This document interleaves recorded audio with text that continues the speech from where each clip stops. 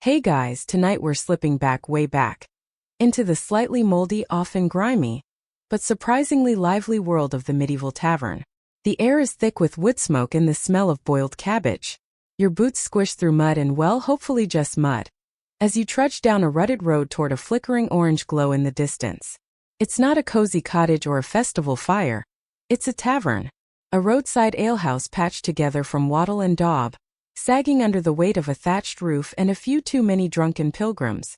You're cold, your legs ache, and you're about one wrong step away from sinking ankle-deep into something suspiciously warm. Welcome to the 1300s. So, before you get comfortable, take a moment to like the video and subscribe, but only if you genuinely enjoy what I do here. And hey, drop your city and local time in the comments. Let's see how late you weirdos are staying up. Now, dim the lights, maybe turn on a fan for that soft background hum. And let's ease into tonight's journey together. You approach the door and already hear the muffled clamor of laughter, clinking mugs, and someone probably losing at dice again. The wooden sign swings above your head, barely readable in the smoke-dim light. It's not like it says "Ye Old Pub" anyway, just a faded symbol of a boar or maybe a goat, because most people couldn't read and the illiterate needed their drinks too. Pushing the heavy wooden door open, you're hit with a wall of warmth and a smell like wet wool meets burnt onions. That's the tavern's welcome. Hot breath and bad choices. The floorboards creak beneath your feet if they exist at all. Many early taverns had hard-packed dirt floors scattered with straw, animal dung, or rushes sprinkled with herbs to mask the stench. Spoiler: it didn't work. A few heads glance up as you enter, but no one really greets you. Hospitality isn't free here. Unless you're bringing a song or coin. One man coughs so hard he nearly keels over his ale. Someone's boots are steaming near the hearth. There's a guy sleeping upright in the corner with a turnip on his lap. You're not sure if it's his dinner, his pet, or his pillow. This isn't the high court or a feasting hall. It's a tavern. A place cobbled together to serve travelers, tradesmen, and troublemakers. Usually located near roads, marketplaces, or church routes, these alehouses were the medieval version of your local dive bar. Minus the neon signs plus a lot more lice. The medieval tavern wasn't just a place to drink. It was a social nerve center. News traveled here faster than royal decrees. You could hear about who got robbed on the way to Canterbury, which noble married their cousin again, or how the plague might be coming back. Again. You shuffle toward a bench, trying not to step on the curled-up dog snoring in front of the fire. It twitches in its sleep, probably chasing rats. You sit. The bench wobbles. So does your confidence. A tavern stool might be a half-log with 3 legs. The fourth is just wishful thinking. At the bar, a slab of thick wood scorched from candle drips. An alewife sloshes cloudy beer into wooden mugs with a kind of hostile grace. She doesn't smile. You don't ask for a menu. There isn't one. You eat what they have or you eat your belt. And boiled belts are only tasty in folk songs. You notice a tally stick resting near the door. This is how many taverns kept track of credit. Not with ink or coins, but with literal sticks, notched and split between drinker and tavern keeper. The original split the bill, if you will. Historians still argue whether this system actually prevented cheating, or just gave everyone plausible deniability. As you adjust to the murky lighting, just rushlights, smoky torches, and one nervous candle, you start noticing the finer details. The beams above your head are hung with dried herbs, maybe for smell, maybe for spells. Medieval people weren't always sure where science ended and magic began. And honestly, neither are you right now. A drunk minstrel tries to tune his broken lute with a bone fork. Someone in the corner is muttering about the price of salt being unfair. A wiry cat slips between legs like it owns the place because it does. Tavern cats were unofficial pest control, and sacred little goblins rolled into one. Fun fringe fact. In some regions, people believe these cats were witches' familiars, so maybe don't kick it. Just in case. The place is loud but not in a party way. It's more like a continuous low-level rumble. Clay mugs clinking, a baby crying upstairs, someone outside yelling at their donkey. The donkey wins the argument. One man at a nearby table offers you something from his pouch. You decline because 1, you don't trust pouches, and 2, it looks suspiciously like dried eel jerky. He nods like that was wise. You nod back like you know what's going on. A scribe sits alone, dipping a feather quill into inky beer instead of ink. That's not part of the joke, just poor lighting. You wonder how many medieval manuscripts smell faintly of hops and regret. There's no formal welcome in this tavern. No host. No clean napkin. You're part of the furniture now, at least until someone claims your spot with a louder voice or bigger knife. But for now you've arrived. You're in. The ale's warm, the air's thick, and the adventure is only just beginning. The smell hits before anything else. It's not just one smell. It's a whole medieval cocktail of funk, floating through the thick air like a damp wool blanket slapped across your face. Your eyes water slightly, but you do your best not to make a scene. You're trying to blend in, remember? The strongest note is smoke. Not the cozy fireplace kind, but a smoky stew of half-burned peat, damp firewood, and whatever random things have been chucked into the hearth to keep the flames alive. Old shoes? Maybe. Dried dung? Almost definitely. That explains the faint barnyard tang beneath the surface. Then there's the body odor. The combined efforts of a dozen unwashed travelers who've spent days riding through rain, mud, and animal-scented fields, all now huddled together under one low ceiling, sweating into their cloaks. Personal hygiene wasn't exactly trending. Sure, people did bathe occasionally, but not as often as your nose might prefer. And deodorant? The closest thing might be stuffing lavender in your underarm, assuming you could afford it. In this tavern you smell old leather soaked through too many winters. You smell damp straw that's never fully dried. You smell cabbage. So much cabbage. And onions. That sweet, sour tang of onions is absolutely everywhere. It's in the stew, sure, but it's also in the wood, in the rushes, in the bartender's breath. Onions were cheap, hearty, and available year-round. Medieval folk practically lived on the things. Some even believed they could ward off illness. Historians still argue whether that belief had any real merit or if it just gave everyone a good excuse for smelly soup. The ceiling seems lower now. That's partly the ale kicking in and partly the layers of soot that have gradually lowered the roof by about half an inch per year. In some very old taverns, archaeologists have found charred ceiling beams with literal inches of black crust. Centuries of fires and no chimneys. Just a hole in the roof if you were lucky. You hear a sneeze behind you, wet and robust, and instinctively hold your breath. Another traveler mutters a blessing, then taps his chest with fingers stained from picking herbs. Probably trying to ward off whatever plague is circulating this week. In taverns like this, germs had the social skills of a bard on payday. They mingled. Quickly. Closely. Your nose adjusts slowly, like an overwhelmed soldier learning to live in the trenches. Eventually, you start picking out the fainter aromas. Fermented apples from a jug in the corner. A hint of beeswax from a single candle. The distant whiff of sheep wool, likely from the cloak of the man currently slumped over the table next to yours, snoring into his bowl of beans. Speaking of which, did you just hear a bleat? Yep. There's a goat tied to the leg of a nearby bench. Its eyes gleam in the low light like tiny judgmental marbles. You wonder briefly if it paid for its drink or just wandered in. Honestly, either is possible. Some taverns doubled as makeshift barns or marketplaces. You might trade a chicken for a mug of ale or leave your sheep under the table while you negotiated the price of a new wheel. And then there's the furniture itself. Every table is sticky. You'd swear it's the same stickiness in every tavern, in every century. But this particular stickiness smells faintly like old beer, pickled eggs, and wax drippings. The surfaces are uneven. Planks bowed with age, sometimes patched with iron nails that poke up just enough to rip your sleeve. You instinctively tuck your elbows in. Nearby, a large man with an absolutely heroic beard is carving something into the table with a knife. You glance over and notice it's a fish, sort of. Or maybe a woman. Hard to tell. He's very proud of it, though. He nods at you as if to say, art. You smile politely. Never anger a man with a knife and creative aspirations. Above your head, the rafters are full of stuff. Dried herbs, yes, but also odd little bundles of who knows what. You spot what looks like a bird's foot tied with twine, dangling next to a string of garlic. Which deterrents? Blessings? Inventory for some truly cursed stew? Hard to say. Tavern keepers were often practical and superstitious in equal measure.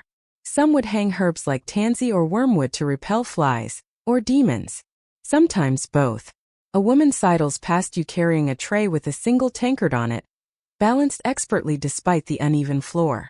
Her dress is stained and her expression unreadable, like she's seen too many brawls to be impressed by anything less than a full-on sword fight. She bumps your arm gently and murmurs a "mind your elbows," then disappears into the smoke like a ghost with better things to do. You reach for your own mug, half filled with something warm and bitter. It's ale, sort of. Medieval ale wasn't always made the same way. Brewing techniques varied widely, depending on location, available grains, and how distracted the brewer got. Some added herbs like yarrow or bog myrtle instead of hops. Others just hoped for the best. One fringe tidbit you've read somewhere floats to mind. There were rumors that some taverns stirred their brews with a wooden staff, called a mash stick, that was never washed. The yeast clinging to it was what helped ferment the next batch. Basically, an ancient version of a sourdough starter, except for beer. And no, that stick never ever got a rinse. So, if your ale tastes like old bread in yesterday's floor, well, that's tradition. A few patrons sniff, frown, and keep drinking anyway. The goat sneezes. Somewhere outside, you hear the gentle hiss of rain starting up again, tapping at the roof like a lullaby on tin. You close your eyes for a second. Despite the noise, the smells, the occasional threat of a goat theft, there's a strange comfort to it. Like the world's chaos has shrunk into this one smoky, stinky room. Maybe it's the ale. Maybe it's the heat from the hearth. Maybe you're just too tired to care. Either way, you're here now. And it smells unforgettable. You're barely halfway through your lukewarm ale when the bench beside you shifts under new weight. Someone's joined you. You glance sideways and now it's a full table. Welcome to communal seating, medieval style. There's no asking if this spot is taken. If there's room, it's taken now. The first arrival is a traveling mercenary, or so he claims. He's wearing a patched leather jerkin, a belt heavy with pouches, and a look that says he's either seen combat or just really enjoys sharpening things for fun. His boots are crusted with mud from 3 counties, and he smells like he's recently bathed in a barrel of pickled onions. You nod at each other in that silent, "let's not stab each other tonight" agreement. Next to arrive is a monk, or possibly just someone dressed like one. He's got a tonsure haircut, bald at the crown with a halo of fuzz, and a robe that's seen better days. He clutches a small leather pouch and occasionally mutters to himself in Latin, or fake Latin. Historians still argue whether all wandering clerics were actually educated, or just very confident in their mumbling. Then there's a young woman carrying a sack of something lumpy that sloshes, probably eels, because this is medieval England and eels were inexplicably popular. She doesn't make eye contact but offers you a pickled turnip chunk from a cloth-wrapped bundle. You take it. You chew. It's crunchy. Across from you sits a bard, or so he claims again. His lute has exactly 3 strings, and his breath smells like he's been harmonizing with mushrooms. He starts singing a ballad about a goose that betrayed its master and joined a band of pirates. No one stops him. You're surrounded now, not just by bodies but by stories. Some true. Most not. Everyone here is someone else outside these walls. A soldier, a farmer, a charlatan, a runaway, maybe even a spy. But in the tavern, they're all equal under the drafty roof and the judgmental stares of stuffed boar heads nailed to the beams. Conversations erupt around you in snatches of local dialects.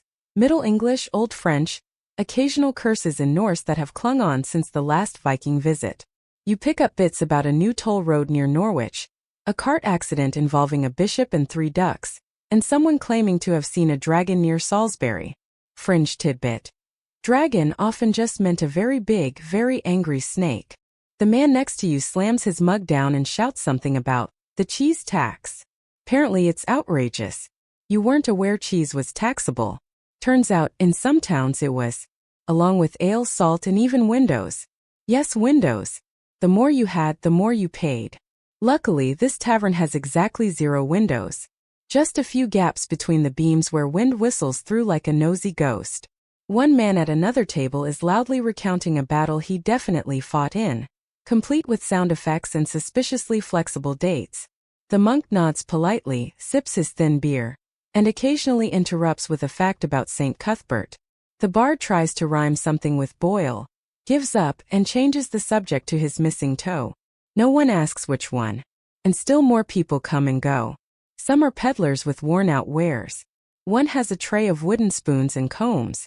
Another has charms, Small bundles of herbs tied with red thread, said to ward off nightmares. You buy one, partly because it smells nicer than most things in this tavern, and partly because sleeping near a man who talks in his sleep about the Eel Queen has you slightly concerned.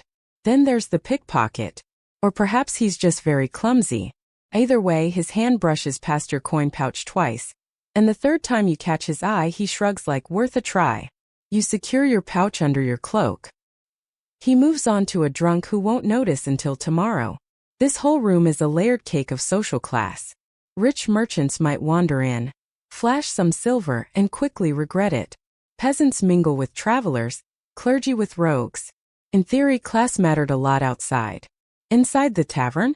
Less so. Especially once everyone's had a few rounds of ale and a shared laugh at someone falling off a stool. The playing field levels when the furniture is uneven.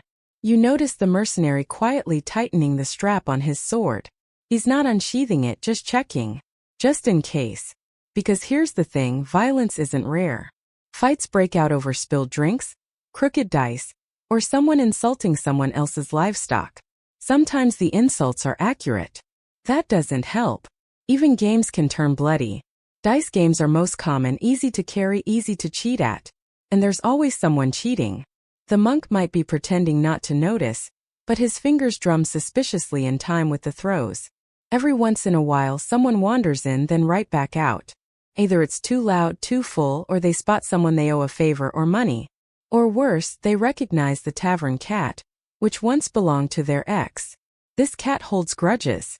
A tall woman in a red hood enters, glances around, and joins a table at the back without a word. Everyone makes room. She has a knife and a confidence that suggests she's not here for the pickled eggs. No one asks questions. It's the tavern way. And that's the beauty of it. This weird, chaotic swirl of personalities. You're anonymous and yet part of something. A temporary tribe gathered by chance and ale, sitting together like an accidental tapestry.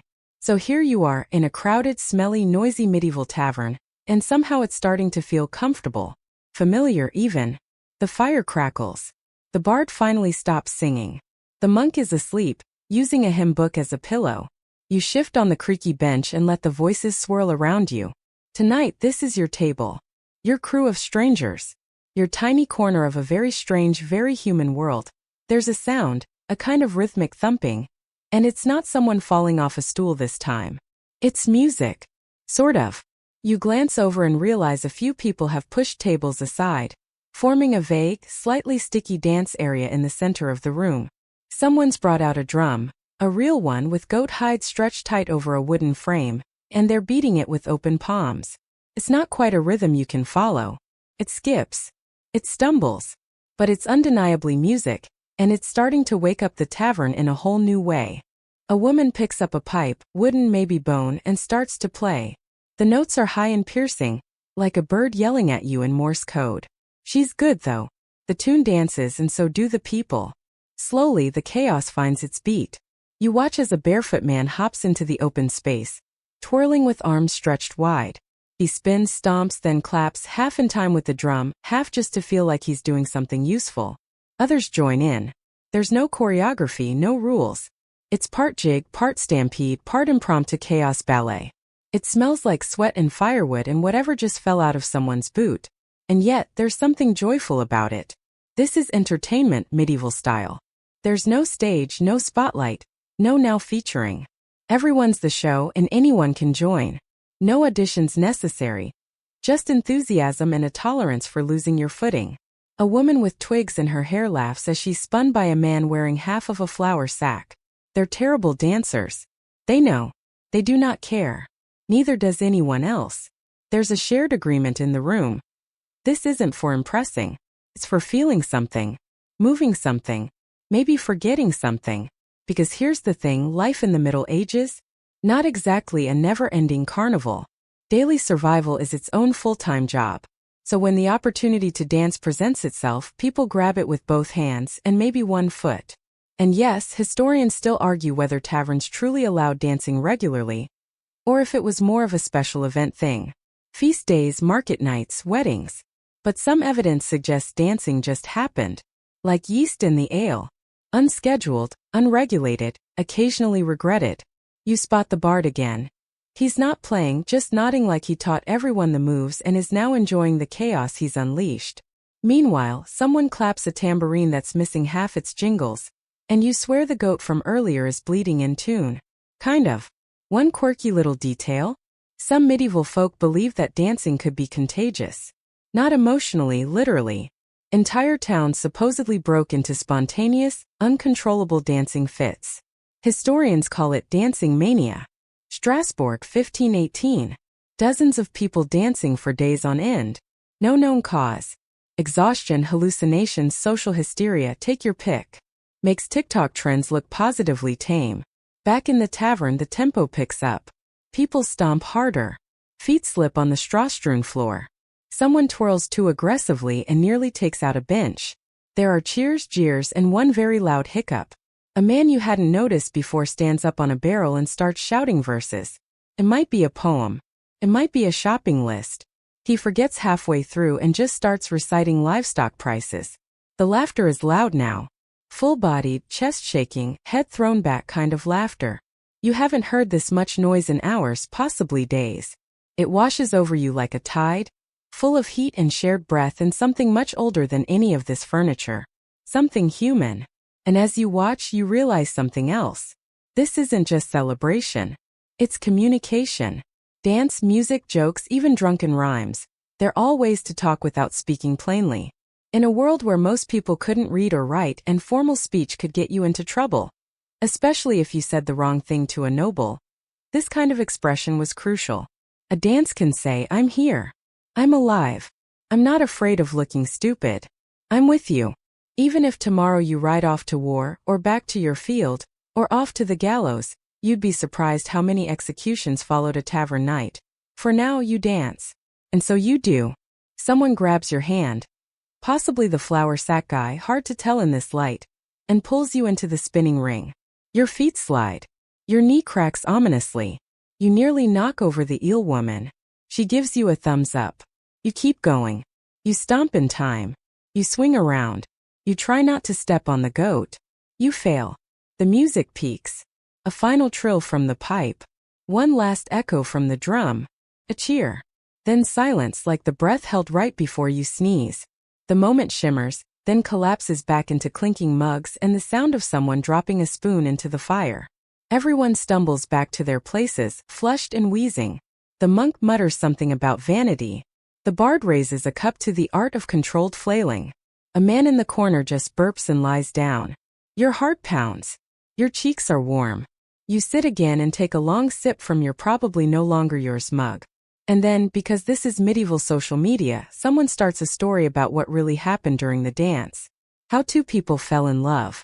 How one man summoned a spirit by accident. How someone lost a shoe and it ran away by itself. It's all ridiculous. It's all a little magical. And it's all exactly what people came here for. As the sweat dries and the dancing winds down, the tavern shifts gears again. You can feel it in the way people settle back onto their benches like sacks of potatoes. Hot, squishy ones that have been twirling for the last half hour. The room is quieter now, voices softened into murmurs and chuckles, as if the whole place just collectively exhaled. This apparently is the ideal time for stories. The bard inevitably takes the floor again. Not to sing this time. His three-stringed lute has retired for the evening, but to tell. He doesn't stand on a table or anything so theatrical. He just leans forward on his elbows, cups his mug like it's a baby bird, and starts weaving something from words alone. Begins with a fox. As many stories do. This particular fox is clever, arrogant, and deeply fond of pretending to be a priest. You're not sure if this is a metaphor or just rural satire. Either way, the tavern leans in. People nod, groan, laugh in the right places. It's not Shakespeare, but it works. This kind of storytelling is its own entertainment, just as vital as music or dancing. In a world with no Netflix, no audiobooks, and precious few books of any kind, a good tale is gold. And not just fantasy. Travelers bring news, gossip, and first-hand accounts of things you've never seen. Like what London smells like, fish and wet stone. Or what the king's new mistress looks like. Apparently like a startled goose, but in a sexy way. Or what happens if you steal from a shrine, spoiler, bad things, but it depends on who's watching. Mainstream historical fact. In many medieval taverns, storytelling wasn't just encouraged, it was expected. Some even had regulars known for specific tales. Think of them as proto-podcasters, just with worse dental hygiene and more lice. But here's the twist. Stories weren't always harmless. Get the wrong one told to the wrong ears, and you could be dragged before the local lord, or worse, the church. That's why some of these tales come with layers of innuendo and allegory so thick you could spread them on oatcakes. One quiet voice near the hearth starts a story about a man who caught a fairy stealing his soup. Few heads turn. The tale spirals into curses, time travel of sorts, and a cow that talks in rhyming couplets. Half the room is enraptured. The other half pretends not to believe in fairies, while subtly adjusting their lucky charms. Across the way, someone else pipes up. His tale's darker. Something about a haunted mill and a ghost that leaves teeth on people's pillows. It's absurd, obviously. Still, you hear someone mutter a quick prayer under their breath. Just in case. You do the same. A scholarly debate creeps into your mind. Historians still argue whether belief in such supernatural tales was truly devout, or simply a form of social control. Did folks genuinely fear forest spirits? Or was it a convenient excuse to not go outside after dark, which, let's face it, was just smart policy in an age of wolves and bandits? Then again, this very tavern likely has its own stories. You can imagine the whispered accounts.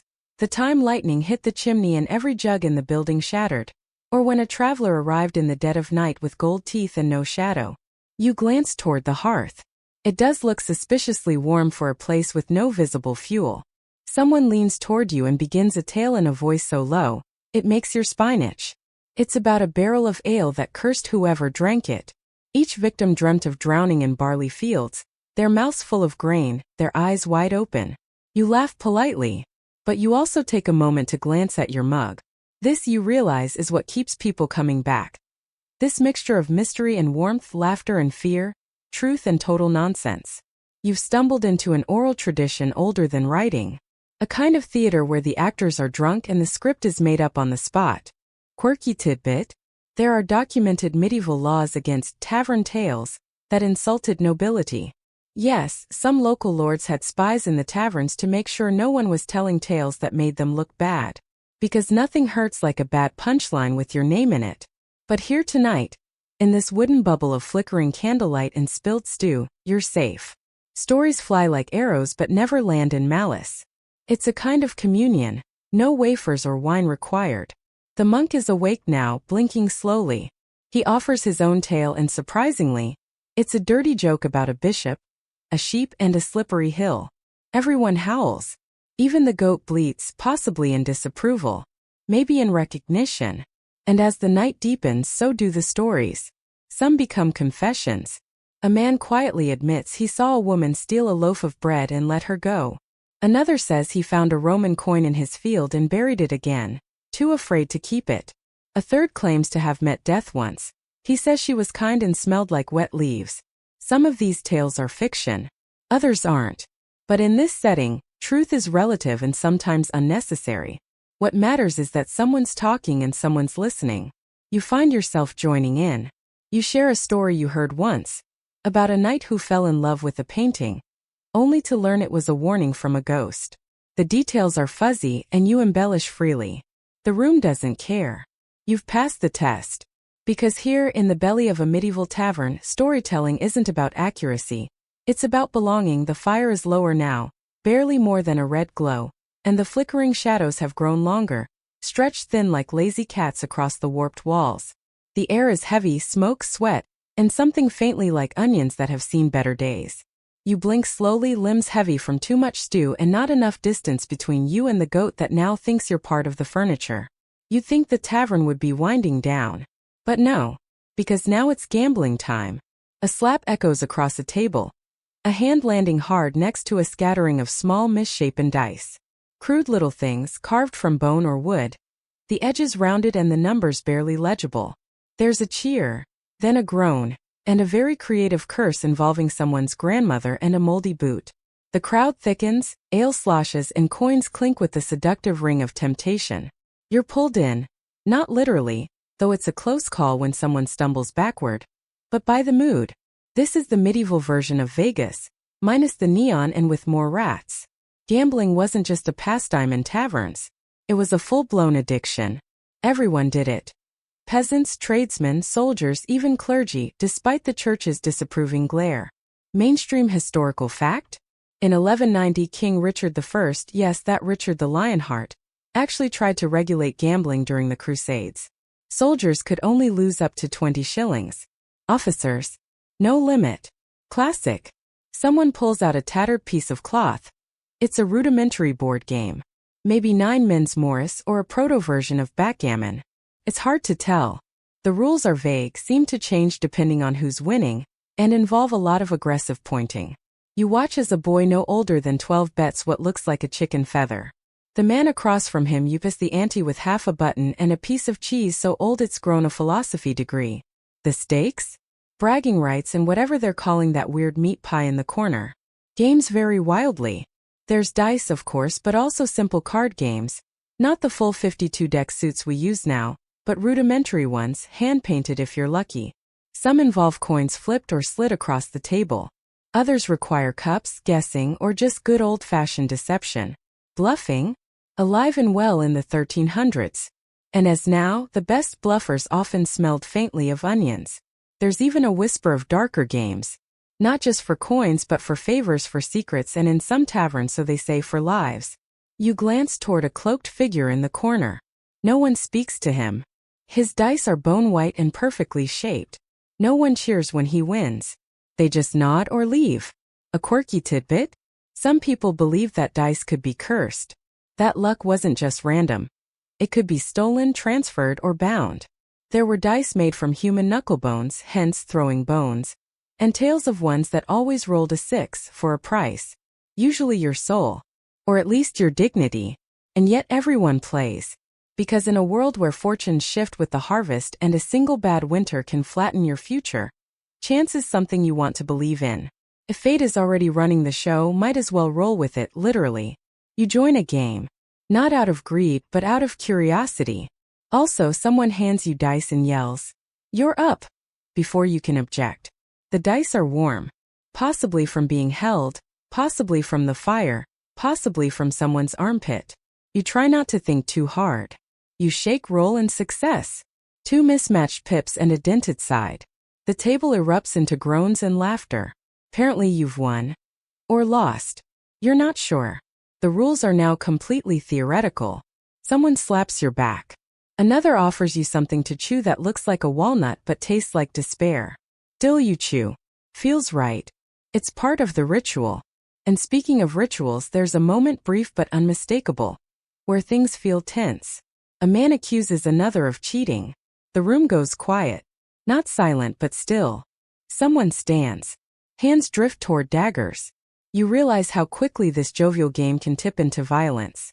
Historians still argue whether taverns were truly safe communal spaces or barely contained powder kegs waiting for a reason to blow. The truth? Probably both. This isn't just a pub. It's a pressure valve for the frustrations of medieval life. One wrong move and the laughter becomes a brawl. But just as suddenly the tension breaks.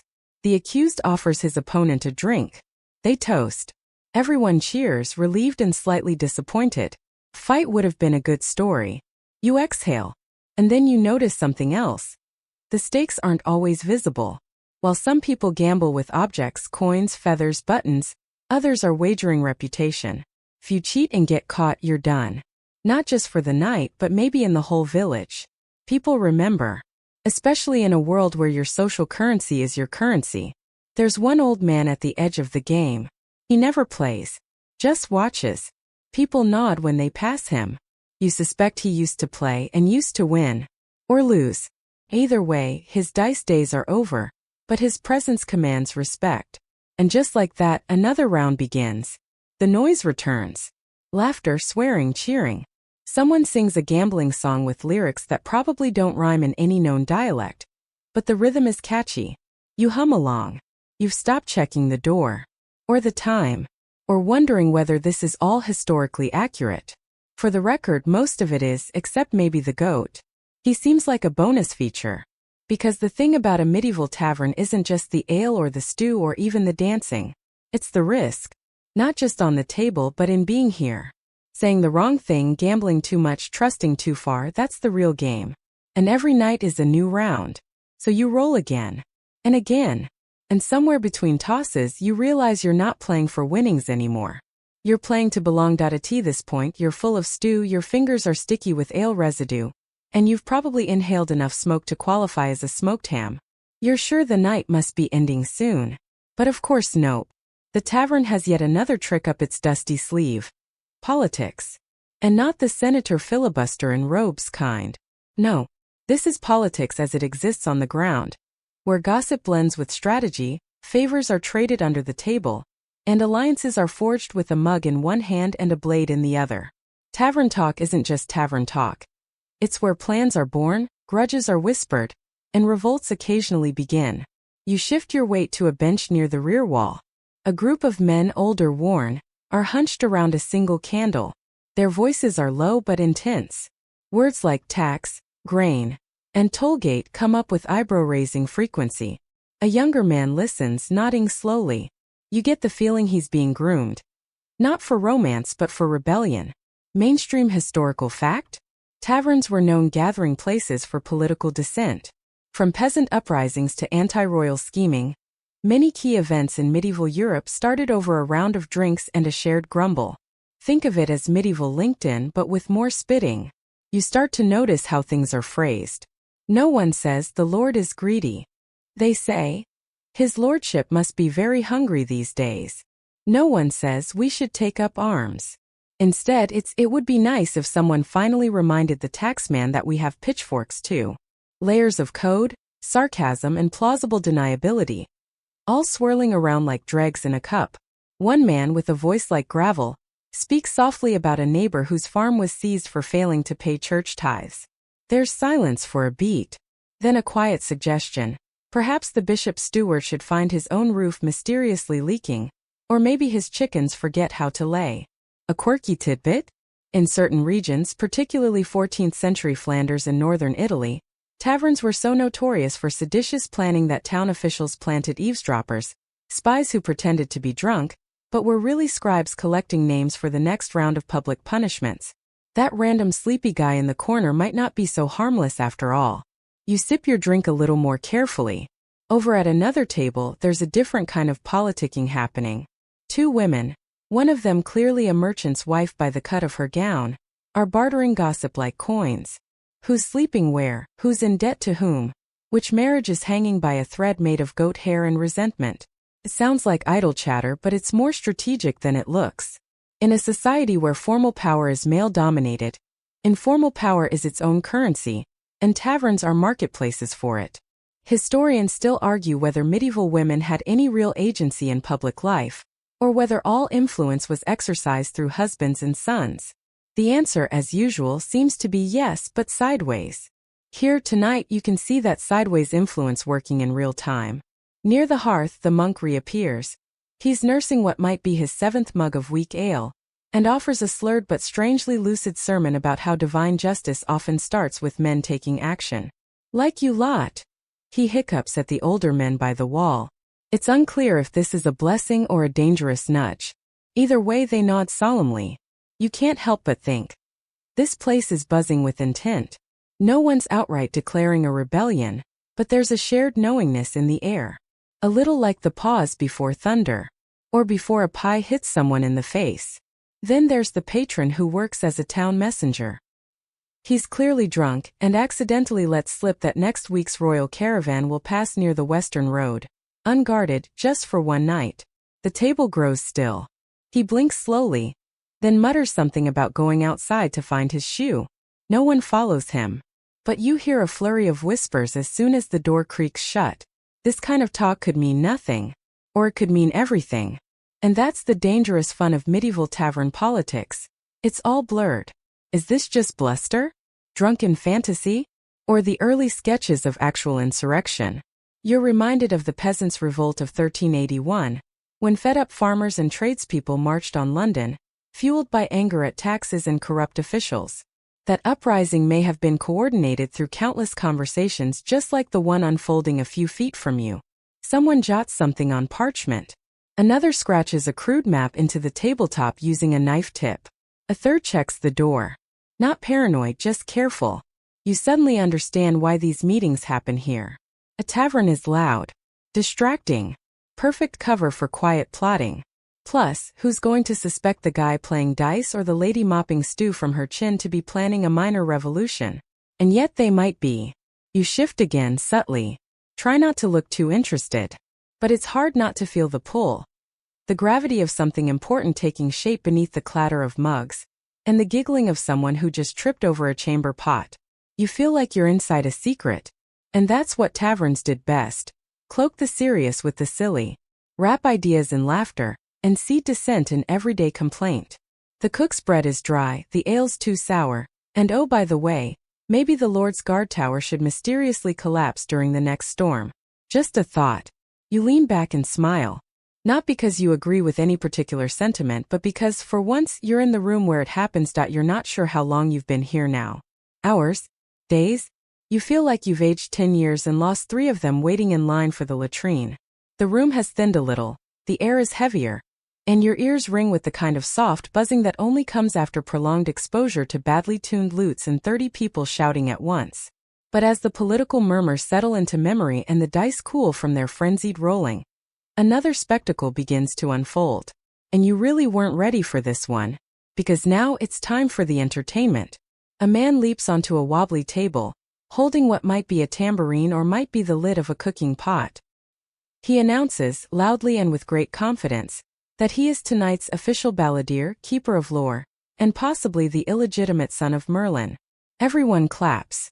Or at least belches supportively. He begins a ballad. It's long. Very long. Unnecessarily long. Something about a knight, a goose, and an unfortunate misunderstanding involving a pigsty. The rhymes are shaky, the chorus is weirdly catchy, and the moral seems to be, never trust a monk with a potato. And yet, you're captivated. Mainstream historical fact? Taverns were frequent venues for bards, minstrels, and traveling entertainers. Not quite theaters, but informal stages where the line between performer and audience was non-existent. And while some performers were genuinely talented, others were mostly just loud. Guess which one you've got tonight? You're barely recovering from the Knight and Goose epic when a pair of jugglers enter. Boys, really, maybe brothers. One's missing a shoe, the other's missing several teeth. They juggle apples, then knives, then, because this is the Middle Ages, probably something alive. The crowd gasps, then laughs, then throws them a few coins and a boiled egg. Payment achieved. From a far corner, a woman begins to sing. Not a drinking song, but a folk tune. It hushes the room. You can't understand every word. It's a regional dialect, lilting and strange, but you feel it. It's about longing and cold winters and a child lost in the woods. When she finishes, there's silence. Real honest silence. Even the goat bows its head in respect. Then someone breaks wind loudly, and the spell is broken. You learn quickly that medieval tavern entertainment isn't scheduled. It's chaotic. Organic. You might get a puppet show about the plague right before a dramatic reading of a joke list involving 10 reasons why your alewife might actually be a witch. One after another, performers take the makeshift stage. Sometimes invited, often self-selected. A quirky tidbit? There are accounts of dancing bears being led into taverns for amusement. Yes, bears. Dressed in tattered costumes and trained, usually cruelly, to shuffle awkwardly to pipe music. Luckily, your tavern tonight is bear-free. But someone does have a goose that appears to bow on command. Sort of. You're handed an instrument at one point. A kind of flute. Someone shouts. Play something tragic. You have no idea what you're doing, but that doesn't seem to matter. You squeak out what might be the opening notes to a medieval cover of Hot Cross Buns. And people cheer like you're the second coming of King Arthur's personal harpist. Historians still argue whether tavern entertainment was more community-driven, or if it leaned toward professional performers making the rounds. The evidence suggests a mix. Villages had their local legends and favorite singers, but professional minstrels did travel circuits, especially for festivals. Your current tavern seems to follow the whoever's loudest gets the spotlight model. A man with wild eyes performs a mock trial. He impersonates both the judge and the accused, arguing passionately about a stolen wheel of cheese. The cheese is represented by a round stone. The accused, also him, confesses dramatically to having eaten it, but claims divine right because it smelled of salvation. The crowd roars. Someone throws a crust in appreciation. You're slowly realizing that entertainment here isn't just for fun. It's relief. Laughter in the face of disease, starvation, backbreaking labor, and questionable meat pies. It's rebellion disguised as humor. A way to speak truths too dangerous to declare outright. You get more honesty in these jests than you'd ever hear from a pulpit. One act. A thin young man with a painted face starts miming a nobleman's ridiculous daily routine. From powdering his wig, they didn't quite exist yet but whatever, to fainting at the smell of garlic, to shrieking when confronted with his own peasants. It's exaggerated, absurd, and probably gets him arrested in the next town. But here, standing ovation. You laugh until your side aches. Not just because it's funny but because it's freeing. This is the sound of people remembering they're more than just tired bodies and unpaid taxes. And sometimes entertainment gets darker. A man tells a ghost story, long, rambling but genuinely eerie. It involves a wandering soul cursed to haunt a tavern because he once cheated at dice. Every now and then, people glance at the corner where the cloaked gambler still sits. He hasn't moved in hours. You suddenly wonder if he's part of the act, or if he's the story's inspiration. You remember. Medieval folks loved a good ghost story. Especially ones about justice from beyond the grave. Specters of monks, cursed lovers, skeletal kings. These were bedtime stories and barroom hits. And they often came with a lesson: don't cross fate. Or goats. Or old women with suspicious herbal tea. Eventually the acts slow down. Someone yawns in the middle of a limerick. A juggler drops an onion and can't be bothered to pick it up. The crowd thins, applause turns to murmurs. Then murmurs fade into the rustling of cloaks and the clink of mugs being cleared. You lean against the wall, eyes heavy, face warm from the fire and the afterglow of shared laughter. For a moment, everything feels timeless. This isn't just an inn on a muddy road. It's a stage, a haven, a sanctuary where tired souls came to laugh at the absurdity of it all. And you? You were part of the show. You don't quite remember dozing off, but you must have, because now the tavern feels different. Quieter. Dimmer. The fire has shrunk to a sullen ember glow, casting everything in the soft orange of dreams or maybe slight smoke inhalation. You're still perched near the hearth, head against the timber wall, and your right leg is entirely asleep, possibly dead. You wiggle your toes just in case. Welcome to the graveyard shift. This is the tavern after the tavern, the weird in-between hours where the line between guest and resident blurs. Where silence creeps in between hiccups and someone starts snoring loud enough to rattle spoons. The barmaid is wiping things that clearly do not want to be wiped. A dog is snoring in its own puddle of drool beneath a stool. Someone just turned over in their sleep and muttered something about turnips. This is what it's like to spend the night in a medieval tavern. Not just pass through it. First off, let's crush the romantic myth. You're not sleeping in a warm, private room with a goose-down pillow and room service. No. You're lucky if you get a patch of floor that doesn't slope dramatically into the fireplace, or an unusually aggressive chicken. You're sharing this space with a mix of locals too drunk to leave, travelers too broke to afford an inn, and at least one person who seems to just live under the table. Mainstream historical fact? Taverns often offered basic accommodations to travelers, but these were rarely private. Communal sleeping areas were the norm. Think hostel meets hayloft but with more fleas. A single room might house 10-20 people, men, women, children, all packed in like cabbages in a cart. Privacy wasn't even a dream. It was a joke. And don't get your hopes up about bedding. You might get a straw stuffed sack if you're lucky, but mostly it's just floor. Dirt or wood, depending on the tavern's wealth, plus whatever animals happen to follow people inside. And yes, you do occasionally wake up with a goat licking your ear. Right now, as you lie back and try not to inhale too much soot, you realize how alive the room still is, even in stillness. Someone nearby is softly singing in their sleep. Someone else is having a full-blown dream argument about cheese prices. A child whimpers and is soothed by a motherly hum. The place breathes, creaks. It settles. You pull your cloak tighter. It doesn't help much. A quirky tidbit? Some medieval travelers brought their own straw bedding with them. A personal bundle of scratchy comfort. Not out of luxury, but to avoid sleeping on shared straw that might still carry the scent of the last 10 occupants, 3 of whom were sweaty, and 1 of whom may or may not have been dying of a mild flux.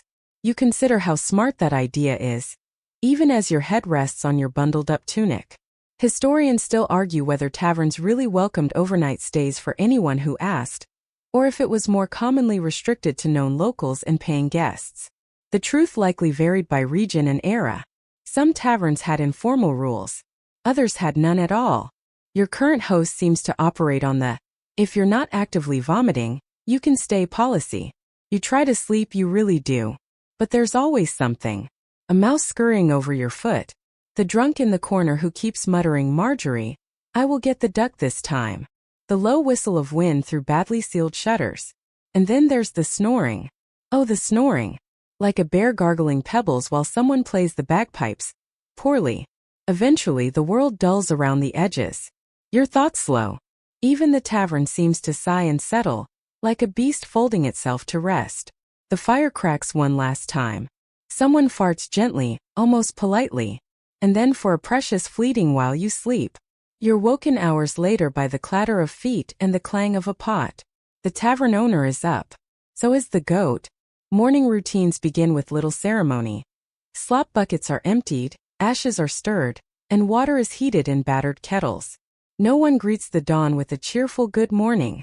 That's far too modern. Instead they grunt, stretch, and mutter about how their back feels like it lost a knife fight with a millstone. One by one sleepers rise. There's no real hurry. The sun hasn't fully broken the horizon, and breakfast is, charitably, whatever's still edible. A thin porridge is ladled into bowls. More of a hot suggestion than a real meal. You accept yours with a nod and try not to taste it too deeply. A man asks if you want to buy a spoon. You didn't realize he was selling spoons, but you politely decline. He shrugs and offers it to someone else. Spoon guy is clearly irregular. Soon conversations pick up again, quiet, murmuring things. Plans for the day. Complaints about pigs. A heated whisper argument about who actually owes whom for last night's cider. You overhear someone say the word hangover, though not in those exact terms. More like, "My head's cursed and my stomach's plotting rebellion." A moment later, a different man announces that he's going to the chapel to pray off his sins, and also to see if the priest will let him nap in the pews. Priorities. You gather yourself slowly. Your joints crack like old wood. Your clothes smell like fire, ale, and something suspiciously sour. You no longer feel like a visitor. You feel like part of the furniture. And that's oddly comforting, because if you've learned anything, it's this. Medieval taverns weren't just pit stops. They were living organisms. Microcosms of society, warts and all. Laughter, pain, politics, bad food, good stories, itchy hay, unplanned naps. All of it. You tie your shoes. Wait, did someone swap your shoes? These are definitely not the same ones. You consider chasing the culprit, then decide it's not worth the effort. Besides, they're actually comfier. Outside, the sky is turning grayish blue. The air smells fresher. Clean. You step through the door, leaving behind the smoky warmth of the tavern, blinking against the rising light. Somewhere a rooster crows. You resist the urge to throw a turnip at it, but you smile. Because somehow, against all odds, you survived the night. Your boots, well, your new boots, crunch gently on the gravel path as you step away from the tavern. The morning air cuts like a blade of fresh mint to the face, clearing out whatever ale fog still clings to your brain. A fine mist floats over the village road, and the world feels washed, as if last night's chaos belonged to another universe. Behind you, the tavern door creaks shut with the sigh of a building that's seen too much. But you're not quite done yet. Because while most guests stumble off to their work or their next destination, you're lucky or unlucky enough to hang around and see what it takes to run one of these delightful dens of misrule. Spoiler alert. It's harder than it looks, and it already looked hard. The tavern keeper, whose name you still don't know and who may simply be referred to as Ma by everyone under the age of 70, beckons you back inside. She needs help. And by help, she means free labor with no questions. You're not sure how you got roped into this, but she's already shoved a bucket into your hands, and now you're elbow deep in something that might once have been stew. Cleaning. So much cleaning. First the tables, then the floor. Then the bits of ceiling that someone managed to smear with jam last night. Why was there jam? No one knows. Possibly it was a performance piece. You scrub and sweep alongside the tavern's regulars, an unofficial crew of cousins, orphans, and one man who might be hiding from the law. No one asks. Mainstream historical fact? Medieval taverns required intense daily upkeep, particularly in busy towns, with dozens of guests passing through each day, plus food, firewood, animals, and more. Keeping things sanitary was a battle. And by sanitary, we mean not covered entirely in mold and regret. Inns and taverns had to manage hearths, brews, waste food, and straw-based bedding all at once. You're now responsible for replacing the rushes. Oh, the rushes. This isn't just decor. It's floor covering. Fresh bundles of rushes or straw, reeds, or even heather are scattered over the dirt to soak up spills and other things. Over time, layers build up. And yes, it starts to ferment into a kind of ecosystem. You try not to gag as you lift the old rushes and unveil the strata of smells beneath. The goat watches you unimpressed. A quirky tidbit? Some taverns sprinkled herbs like lavender or mint into their rushes to mask the smell. You're not so lucky. Yours smells like something died, came back, and died again out of spite. But you do find a small wooden toy buried in the straw. Pig on wheels. You keep it. You're sentimental now. Ma, possibly not her real name, hands you a ladle and points to the brewing area. Time to prep for tonight's ale. This means cleaning out barrels, stirring a mysterious mixture of barley and yeast, and tasting something that might technically qualify as beer, but only if you're generous and mildly desperate. You are both. Historians still argue whether most taverns brewed their own drink or purchased it from local brewers. The truth? Again, it depended on location, size, and regulations. Some towns required alewives, female brewers, common in the early medieval period, to mark their homes with a broom or a sprig of hops, kind of like a ye olde open sign. But in smaller villages, taverns often did double duty as both pub and brewery. As you haul a sloshing bucket of water back from the communal well, you realize this is a full-time job. No, multiple full-time jobs. Brewmaster, cook, bookkeeper, bouncer, rat negotiator, all rolled into one slightly harried, apron-wearing human with arms like tree trunks and a tolerance for nonsense that borders on saintly. And speaking of food, you now help prepare it. There's a new pot on the fire. You're not told what's in it. You're just told to stir it. You do cautiously. It smells decent. Onions, root vegetables, and something you're hoping is mutton. Fingers crossed. You also slice bread. Very stale bread. The kind of bread that could be used as a building material. Medieval folks didn't waste anything, and stale bread was common. Hence the popularity of soaking it in broth or ale to soften it. Congratulations! You've discovered pre-toast. You're briefly distracted by the sight of a man trying to fix a broken chair using a hammer, a prayer, and a potato. You decide not to ask questions. A few regulars filter in. The tavern hasn't even officially reopened, but early drinkers always find a way. One of them is carrying a chicken under his arm and offers it as payment for a future drink. Ma considers it. It's a handsome chicken. Outside, a traveler knocks politely. He's covered in dust, his boots worn to the soles, his beard full of twigs and suspicious hope. You recognize that look. It's the look of someone who needs a tavern. Ma lets him in. The circle begins again. And it strikes you this place never really stops. It's a living loop. Meals, messes, music, mayhem. Scrub and serve, laugh and stagger, patch the hole in the roof, pour another drink. The tavern isn't just a place.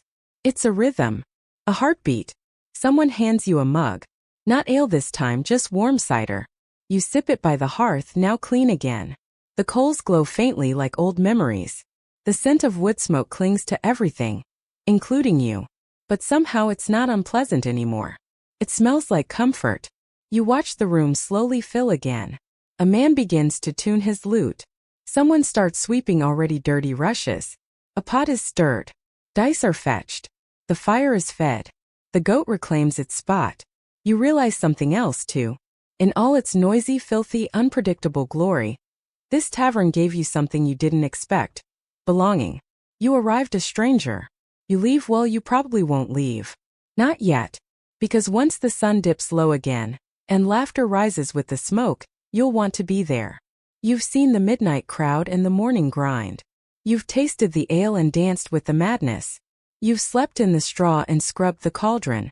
You've been part of the tavern, and somehow it's been part of you too.